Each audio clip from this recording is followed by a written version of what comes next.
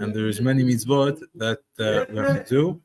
And the first mitzvah that we have is of Bedikat Chametz. So Bedikat Chametz is a mitzvah that is rabbinic, and there's an obligation from the sages to prepare for Pesach, that you have to check your house to make sure that everything is nice and clean. Yeah.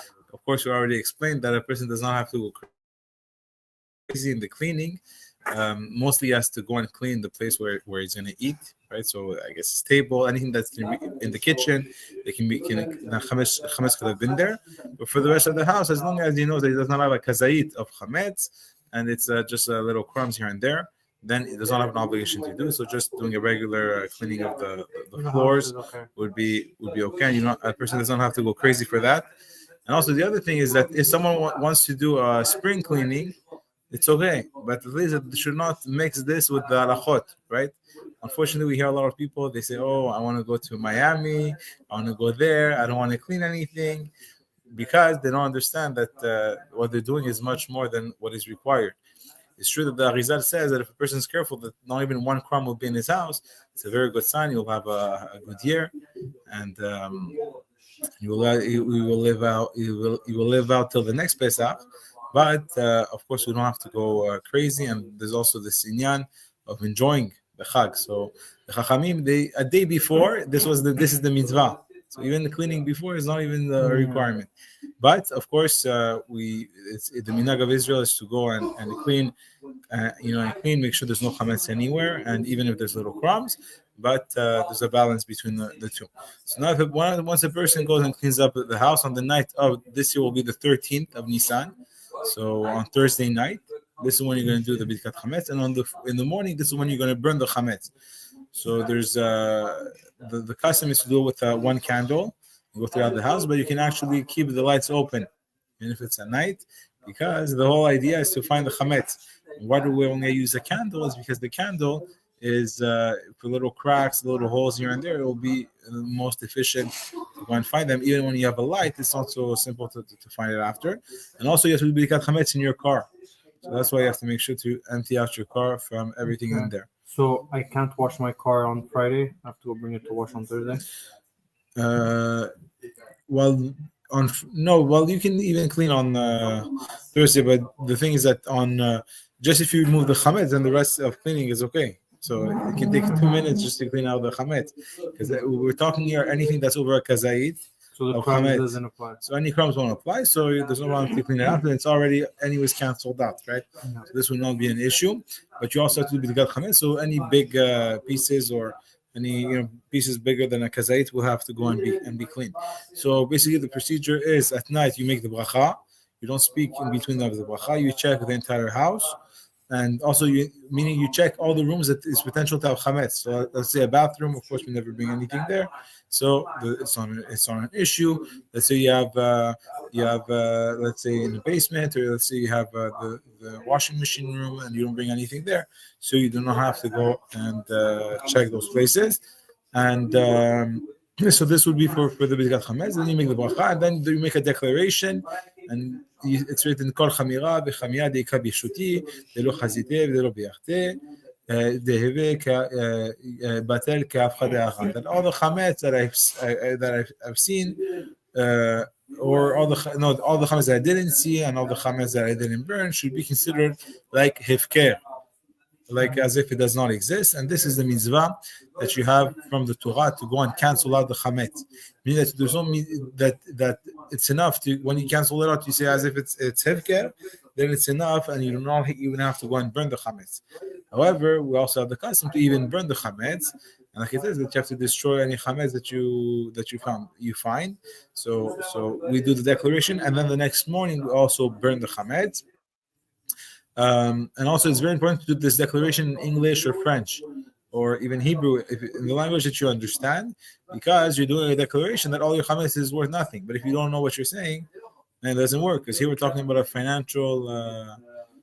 financial contract, right? It's the same thing with the person that you sell your chametz to the goy.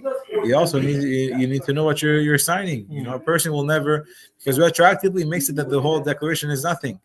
Because you would never agree to the declaration to go and sell off everything you own if you don't know what it means. So that's also the idea behind it. So you make the declaration, and then in the morning you go and you burn out all the chametz, and you say a different phrase. You say kol chamira v'chamia. The chametz that I've seen and I have not seen, the chametz that I burnt and that I didn't burn, all should be canceled out. So even the chametz in your house that you saw or you forgot to remove or whatever the case is, everything should be canceled out. And then whatever chametz you have, you go and you burn it. So this is the procedure for this year until Shabbat morning and for Friday morning. Then on Friday night, what do? You can go and have some pitot. This is my recommendation. The recommendation of most rabbanim is just to have pitot because it does not leave crumbs. Mm-hmm. You eat this at night, and then in the morning, the best is to wake up early, go to shul early, and then have your seudah at like 9:30, around 9:30, so you can finish before this month. So a specific time, like we said, that you're not allowed to eat chametz. And then you can even go. If the person eats chametz after the time is going against Isur de Rabbanan. So let's say after 10 o'clock, I have to check the time, but he goes after the Isur from the Chachamim. And if he eats after Chatzot, he does Isur from the Torah.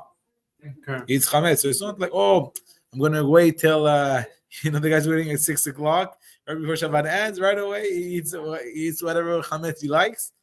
He did Isur from the Torah. It's horrible. Yeah. So what do you have to do? Before Chatzot, so Chachamim, they made a fence. So even 2 hours before Chatzot, you still can't eat any chametz. So around 10 o'clock, you should stop eating chametz. So ideally, if you wake up early, you go to shul, then you can go and wash and have a meal for your morning seudah with bread. If not, then you should not have bread either. And even for Seudah Shid, there is no bread, and that's the procedure. Another very important halacha is achana. A person cannot go and do anything that's supposed to be for Shabbat, for the Chag during Shabbat. You do not prepare for Shabbat from Shabbat to Yom Tov, and therefore the procedure is that you should prepare all your matzot, you should prepare all the maror, everything, the horseradish, everything that you have to prepare. You prepare it before Shabbat starts, and then you should have it in your fridge. So when it's ready, as soon as it's set kochavim, Shabbat ends, you're able to go and also you don't have to be so machmir. Since it's a derabanan, the Rav David Yosef Shita, he says that you can go and only wait 15-20 minutes after Shkia, and then right away you can go and start setting up the table. You do not have to wait till Tzet HaKochavim, so till the regular time of that we finish Shabbat. So for example, let's say Shabbat starts at 7, finishes at 8. So let's say around 7:30, 7:40, you will be allowed to start, even though officially Shabbat did not end, since the Rabbanan already ended. But doesn't that bring up the issue of preparing something that's not for Shabbat during Shabbat? All right. So we can be lenient since it's not going to be it's not considered Shabbat, because after since it's a derabanan, right? Just to prepare achana, you're not doing any melachot, of course. You're not lighting a light. You're not doing anything. But just for preparing, this isur is only a isur from the chachamim, and therefore. Therefore, with the time, so as soon as there's a halachic time, an opinion that says that it's already Shabbat is over, now we're more machmir for let's say driving a car. We're more machmir, so we go with more stringent opinions for the time, because we're not going to play a game. But since it's only rabbinic to prepare, so we can be lenient with the time, and as soon as 20 minutes after Shkia, you can go and start preparing and setting up the table. So this would be for this year, special for Pesach. Then you have the other mitzvah of the night of Pesach. The most important is achilat matzah. There's no obligation to eat a kazait of matzah. So it's good if you can measure it. If not, then you just have to eat it a lot. And you have to eat this kazait within around 4 to 5 minutes, depending on the opinions, but around 4 to 5 minutes. So it cannot be a third of Shmuel, approximately, right? It depends. I heard half. Sometimes it's half. Depending on the thickness of the matzah, just eat the full one, and that's it. You're good to go. Eat the full one. But just to say that the mitzvah of the night is to eat the matzah, and you need to make sure that you eat, and also your wife has to eat. Everyone has to eat a minimum of kazait. If someone, let's say, wants to eat the square matzah, not egg, just the square like a motzi matzah, can you do that like mitzvah with that, or it has to be with the shmura if you want to do that mitzvah? No, you cannot do the mitzvah with egg matzah. No, not egg. The other one that's not egg. You know, the one that's like amoti, but it's the square. You know what I mean? Right. So it's a good question. I would I think that before after the fact it would still work, but before the fact it wouldn't work because ideally you want matzah shmura itself. So most opinions say that you need to actually have matzah shmura itself. Do you eat After the fact. So you don't have to eat matzah shmura every day. No, but I'm saying, do you personally eat shmura only all of Passover or no? No, not necessarily, but it's very good to eat. But the thing is that you have to understand that there's only the mitzvah is only the first night, so the two first nights. Well, because here we do 2 days, so with the 2 days, this is the mitzvah to eat matzah. The rest you don't have a mitzvah to eat matzah. Oh, so you don't even have to eat it once? No, of course you don't have to eat anything, and that's why there's no problem to eat it. But some want to say that I want to eat the best. Why shmura is the best? Because shmura from the time that it was harvested till the time it was baked, somebody was watching it to make sure there was never water that came into contact with it. So ideally, even have to check. It could be that even the majority opinion actually says that you need to have shmua mazah for the night, and I think this is the. But it's check for the one matzah. After the that one matzah, it's okay to eat like other matzahs.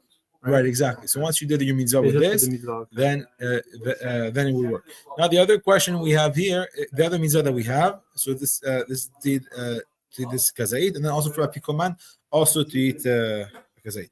Now you have the mitzvah sipur yetziat mitzrayim.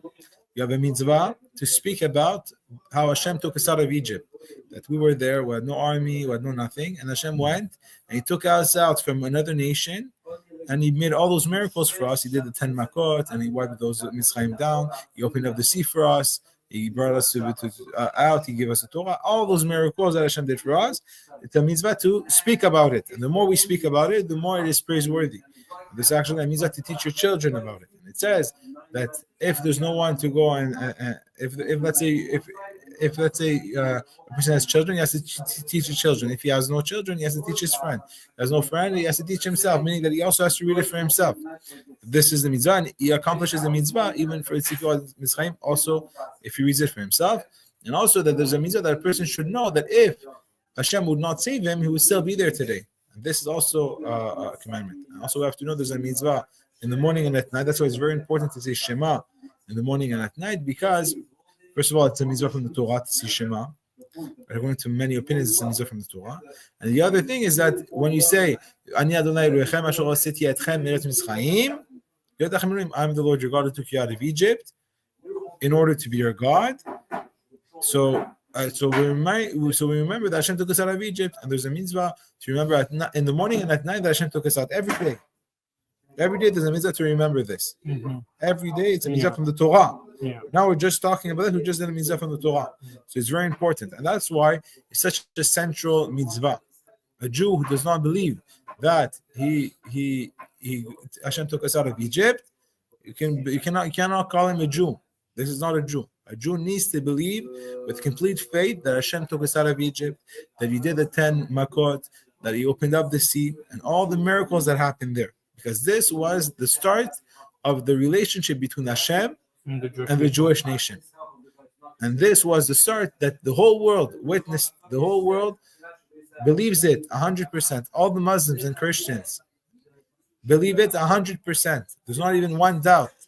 In all their books it's written. Why? Because it was such a public event that there was no questions then.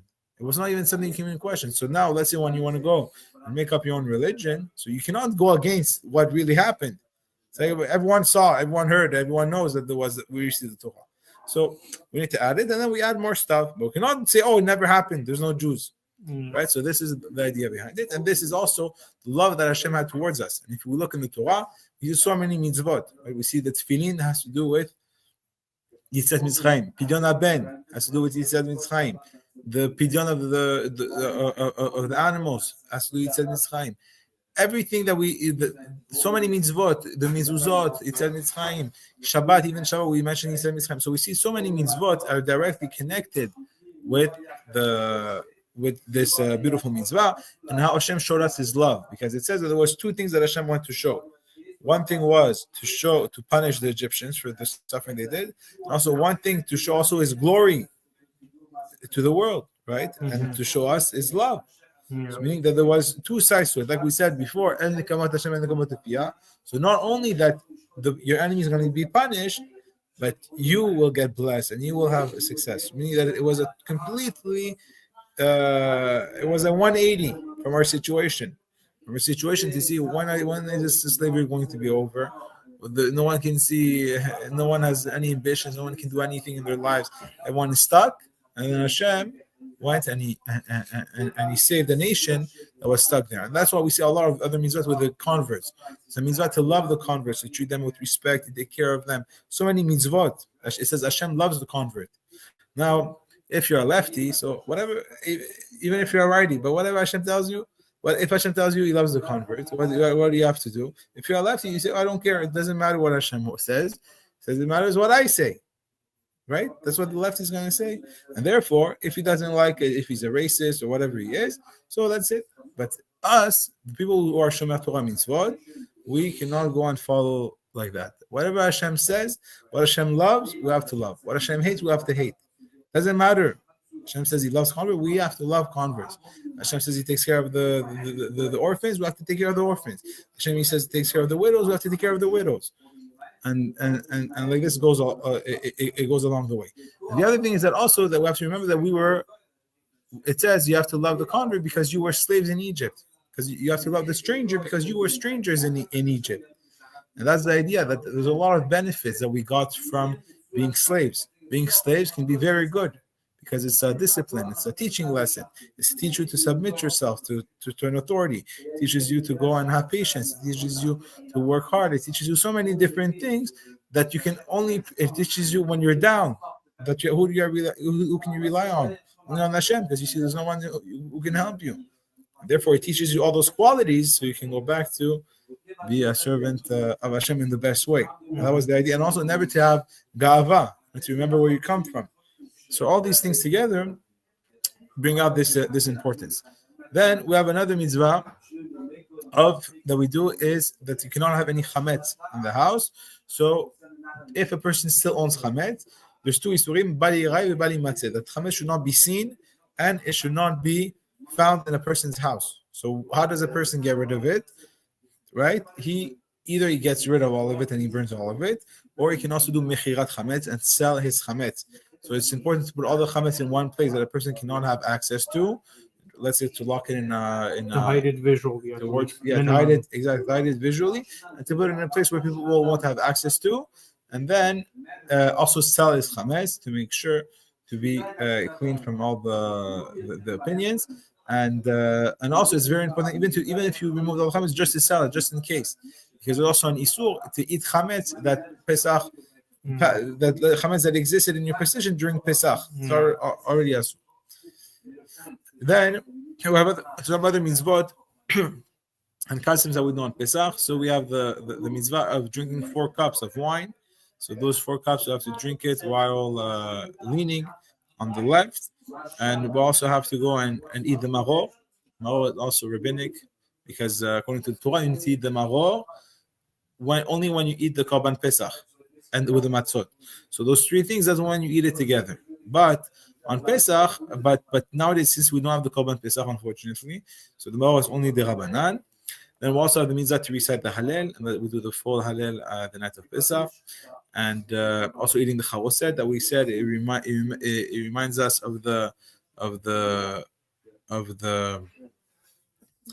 mud that we were building. We're building all the bricks, and also the matzah has 2 meanings. One meaning is that HaKadosh Baruch Hu took us out of Egypt very fast, and the other meaning is that it's a poor man's bread. So we're appreciating that HaKadosh Baruch Hu went and he gave us this meaning that there's one side that has freedom, right, of the matzah, because we got freed. It was very quickly. But the other side is also to remember it's a poor man's bread. This is what we had in meaning that we're not in a good position when we're in Egypt. Also the mitzvah of reclining. Even when you eat the matzah, you have to recline.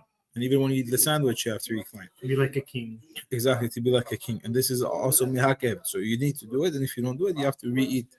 You have to re-eat. So it's very important. And also at the afikoman, so we can also go quickly over the siddur, and then we can go and finish with that. So let's go over quickly all the steps. So the first one is kadesh. So kadesh, we said that it's to bless the day, right? To bless the day. So we do on the kiddush, we do the kiddush, and this is the first blessing that we do. Then you do uchadz. Uchadz is when you go and you wash your hands without a bracha. And there's a reason why we wash our hands without a bracha, is that there is the alacha. When you dip something, you have to do Chazak, very good. So when you dip something, you have to go and wash your hands. Nowadays, most communities don't follow this. The Sephardi community, like the Iraqis, they actually do. They still do it today, and they're careful with this. And one of the reasons we do it is also for the kids to ask questions: why are we washing our hands without making a bracha? Because every day we wash our hands and we make a bracha. You have karpas, that you dip the vegetable inside the waters. The waters it has to be bitter to remember the tears of the Jewish people who were suffering, and also the bitterness of the karpas. Yachat is the one you break the matzah in half, and this one is for the afikoman, and the other one is for a poor man. The poor man's not going to eat from a whole loaf. He's going to put a little bit on the side, and he's going to keep a little bit for him. Right, and we have to see that none of the things that we had and that we have today would have been without HaKadosh Baruch Hu saving us. There's no logical or any reason why we shouldn't still be slaves, except for the kindness of Hashem and except for the love that Hashem had towards us to go and take us out. And all those things brings us more to the gratitude that we need to have towards HaKadosh Baruch Hu. Yeah. And with this gratitude, we transform it into fulfilling His word and following the Torah. Then you have the fifth one is Magid. So the mitzvah to go and say Yitzat Mitzrayim. It's also very good if you can say some things in English, with your wife, and because it's not only just reading and going through the siddur. Yeah. A lot of those things were actually to understand, and also to bring out the miracle that we should feel closer to Kadosh Baruch Hu, and we should feel like we got out of Egypt. Then you have Rochza. Rochza is you wash your hands with a bracha. Then you have motzi matzah. You make the bracha of a motzi, and then you make the bracha on the matzah. Achilat matzah. Then you have the maror. So you eat the maror. And the maror you don't eat while leaning down, because this is the sign of bitterness from Egypt. Then you have korech. We do like Bet Hillel. Hillel said that you have to eat all three together. So basically, we eat the matzah and we eat the maror and we eat the charozet. But now we don't have the korban Pessah. We don't have the meat, so we don't eat it together. But just to remember that Hillel used to make a sandwich. Used to make a lafa. Shulchan Orech. Then we have the meal. Oh yeah, I wanted to ask you also. Yes. Apparently, you have like a matzah that's soft. Right, very good, Chazak. So very good. I have my friend Rabbi Yitzchak Berdugo Zacher Al Tov. He actually wrote a tshuva on this, that there's an actual matzah, even the kasher. You can order it. Yeah. The Yemeni people, they eat a soft matzah. Yeah, of course. So, but it's not even everyone can eat this matzah. Yeah, it's a flatbread. It has nothing to do with custom or anything. Yeah, exactly. No, it's just that they kept it at custom. So the people now but even lost. Chazak, but very interesting that there's a difference between if there's a custom or if there's a reason, or if there's it's let's say not practical anymore. It's like, for example, Rav Moshe Feinstein ship at the store. Right, Chazak. So Rav Moshe Feinstein, he says that, let's say for nikur is when you remove the sciatic nerve from the animal. You can eat the back of the animal, no problem. So he says so nowadays, just because people are not professionals in this, they just sell it to the goy. So no nikur today? Of course not. He says you need to do nikur. If you say that there's no nikur, then that means you're a kofer. Why? Because when you eat the korban pesach, you cannot waste anything. So you have to remove the sciatic nerve and eat everything. If you go and you sell half to the goy or you remove it, you just did the isur. So of course we cannot say, we don't. Maybe you don't know. Maybe we're not professionals, but it doesn't mean that this becomes the new minhag, and then eating the back of the animal is asur. Yeah, you understand? So this is the same thing. that the person that the minhag is not to eat the crackers. The crackers became because there were some businessmen. It was convenient. If you don't have any moisture inside, it can last for years, and that's what they did, and therefore that's why it became the popular thing that it became. But back in the days when people used to make their own matzot, every day during Pesach, they used to have soft matzah because this is what it is. It's just a lafba. You put the water and dough. You put it on it. You don't let it time to rise. Turn it both sides. That's it, and you have your lafba. So of course, if you buy it, there is absolutely no problem. But maybe you should eat it only in your room. So You have to share. So yeah, Khazak, so you don't have to share, or maybe just not to have An argument in the house. Exactly, not to have any issues. So you have Shulchan Aruch, so it's a mitzvah to have a wonderful meal. To have good meats, good fish, everything. You have to feel like a king that night. Then you have tzafun. Tzafun is the last thing that you have to eat. What is the last thing you have to eat? Is afikoman, because afikoman is to remember the Korban Pesach. And this was the final thing that you are allowed to eat. So when you go to sleep, you go to sleep with this delicious meat that you ate. So this is tzafun. So you're not allowed to eat anything after eating the afikoman, except you're allowed to drink water. Okay. Or you're not allowed to drink soft drinks. Just water. Water. Okay, water. What about carbonated water? Yeah, this also is good. Yeah. Then barech. What is barech? Barech is we do birkat hamazon on the third cup. Then we do halal. So right before this, for Magid, this one also we do the we bring for the second cup, and then we do barech. We do birkat hamazon for the third cup. We do halal.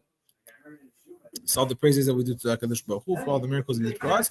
And then Nirtzah is the songs that we pray that HaKadosh Baruch Hu will bring us back the next year to Yerushalayim. This year we're not Zoche. We should be Zoche. We have a few days. And we know that the Mashiach will come on Nisan. Not only that we know that the whole time of Pesach, there's no the whole time of Nisan, there's no tachanunim, right? And the reason why is that the first 12 days was a sacrifice that each tribe went and brought to the Beit HaMikdash. Then the next day you have Erev Pesach, right? So you had basically after the 12 you have Isru Chag, that after everyone had the holidays. Then you have Erev Pesach, so you don't have Tachanunim. Then you have the 7 days of Pesach, so you already the 21st. And then, since we say during Pesach, during the time of Pesach, the Mashiach will come. Then it says that, and we cannot mix two smachot together. So the 7 next days, because you have on the 21st, then you have Isru Chag. Isru Chag is the day after. It's also considered like a Chag. And then you have the next 7 days that is going to be the Chanukat Abayit. It's going to be like the 7 days when the third Beit HaMikdash will be built. It will be a celebration. So therefore, at the end, you have the whole month that will not have any. Since the entire month is filled with joy, the whole month is not no tachanim, and this is the halacha that we do today. It's good. Any questions?